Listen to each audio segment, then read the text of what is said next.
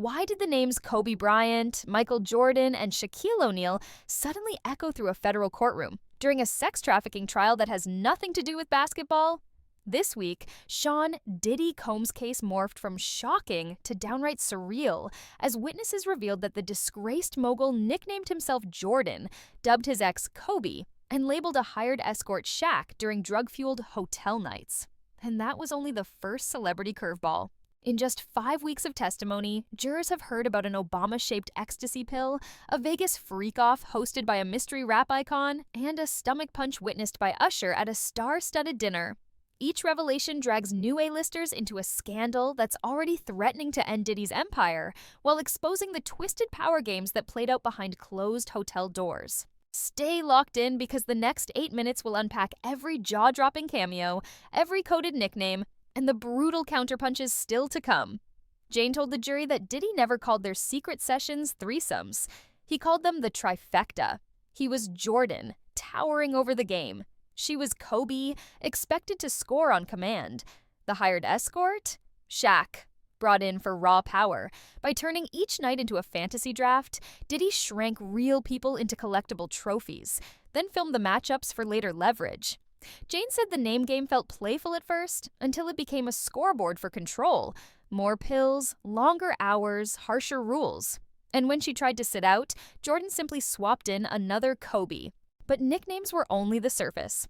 The moment Jane slipped away to a Las Vegas freak-off with a mystery rap icon, the scoreboard shattered, and Diddy's fury lit up months later in the most explosive way.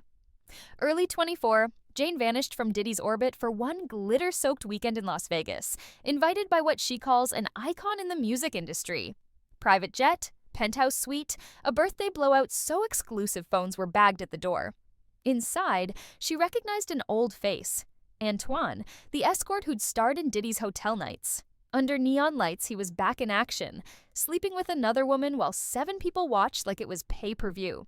At the host's request, Jane flashed the room, laughed it off, and thought the secret would die in the desert. It didn't. Months later, Diddy scrolled through her phone, saw the flirty Vegas messages, and, in Jane's words, lost it completely. The argument that followed set the stage for public betrayal and dragged a new name into the triangle, Young Miami. And that reveal cut deeper than any Vegas stunt. While Jane hid in hotel rooms playing Kobe to Diddy's Jordan, the world watched him flaunt a glossy, Instagram-perfect romance with rapper Young Miami. Paparazzi shots, yacht dates, matching diamonds, everything screaming monogamy. Jane told jurors that each photo felt like a dagger. I didn't sign up to date a man in a public relationship. In private, Diddy kept the trifecta rolling. In public, he paraded a single-woman fantasy. The contrast wasn't accidental, it was currency. The shinier the public couple looked, the easier it was to dismiss any whisper of what really happened in those locked hotel suites. Jane says the Vegas messages were the final straw. Diddy saw her brief rebellion and exploded, calling her a traitor while still posting couple goals with Young Miami. The hypocrisy shattered whatever illusion of love she had left, and pushed his entourage to work overtime, keeping him fueled for the next round of control. Because behind the red carpet smiles, staffers say Diddy never left home without a portable pharmacy, 20-plus pill bottles, and an ecstasy tablet molded like President Obama's face. And that chemical arsenal would become Exhibit A in the courtroom's next shockwave. Enter David James, Diddy's former assistant. On the stand, he described his old job in one chilling sentence. I carried 25 to 30 pill bottles everywhere he went. Vicodin, Adderall, little pink tabs of MDMA, but one pill froze the courtroom. It was bright blue and pressed into the shape of President Obama's face. James said Diddy popped those designer tablets like party mints before hotel nights, the same sessions Jane says left her bruised and blackmailed. Prosecutors flashed a photo of the pill kit, rows of unlabeled vials in a velvet pouch, and the jury leaned forward as if staring at contraband. In that moment, the case shifted. It wasn't just sex and violence anymore. It was a chemical engine built for control. And whenever the engine roared too loud, the entourage deflected with celebrity sparkle. Which brings us to the dinner, where Usher, Jimmy Iovine, and Ne-Yo watched a private argument explode into a gut punch heard around Hollywood. Picture a velvet-roped supper room in West Hollywood. Usher trading laughs with Jimmy Iovine, Ne-Yo sliding in late, bad boy execs raising glasses. According to former Danity Kane singer Don Richard, that glittering scene went dead silent when Diddy's voice sharpened at Cassie Ventura.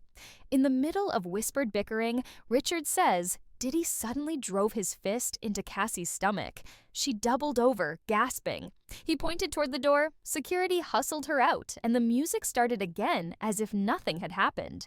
Richard testified she'd left the celebrity names out of her first statement to protect careers. But on cross-examination, she spelled them out. Usher, Jimmy Iovine, Ne-Yo, all within arm's reach, none intervening. Defense lawyers called it memory creep. Prosecutors called it proof that fame can muzzle witnesses as tightly as NDAs. Yet star power cuts both ways. The next witness, Diddy's own ex-assistant, would invoke Whitney Houston and Mariah Carey to explain why Cassie's career stayed chained to the studio, not the stage. And those comparisons peel back a final layer of control. Former executive assistant Capricorn Clark took the stand next, once the gatekeeper of Diddy's brand deals, now a witness to his iron grip on talent. Asked why Cassie never headlined arenas, Clark didn't hesitate. Whitney Houston, Mariah Carey, that's talent. Cassie was a studio artist. Translation, Cassie's voice could be polished behind glass but never trusted live, because live meant freedom. Undeniable proof she could stand without him. Clark claimed every time Cassie pushed for a real tour, Diddy yanked the leash, tweaking mixes, shelving singles, rewriting contracts. In Clark's words, he needed her close, not chart-topping. The comparison to Whitney and Mariah wasn't praise. It was the bar Cassie was forbidden to reach. And with each stalled release, Diddy tightened the loop. More pills, more hotel nights, more leverage. The pattern is clear. Codename games, public girlfriends, chemical compliance, public beatdowns, career lockboxes, all different tools, same purpose. Control. But the prosecution swears one last witness is still waiting in the wings, and their testimony could break Diddy's defense wide open. The fifth week wrapped with an empty witness chair. Prosecutors paused, the gallery held its breath, and Judge Subramanian asked one last time, "Any further evidence?" Their answer, "Just one."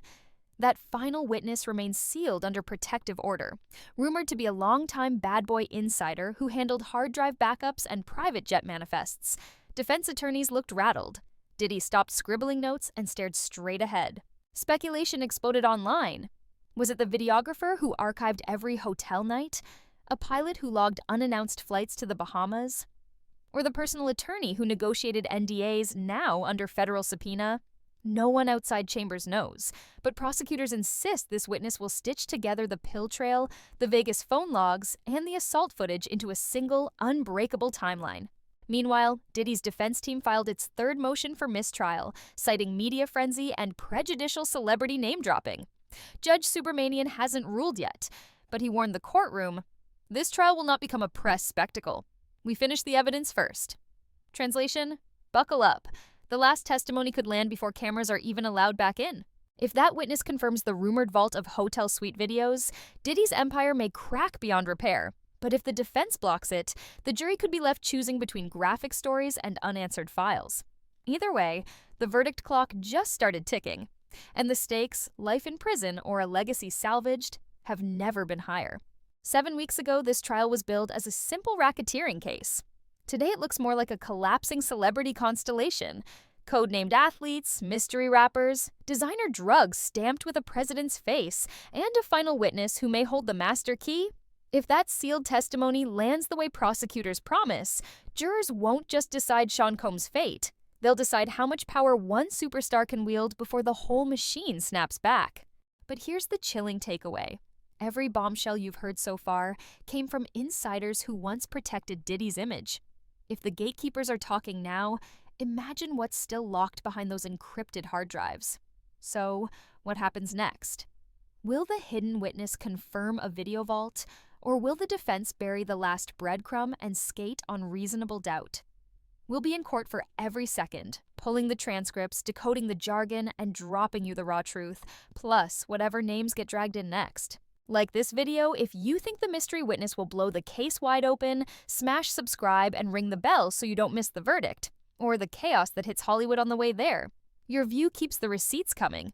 See you in the next reveal.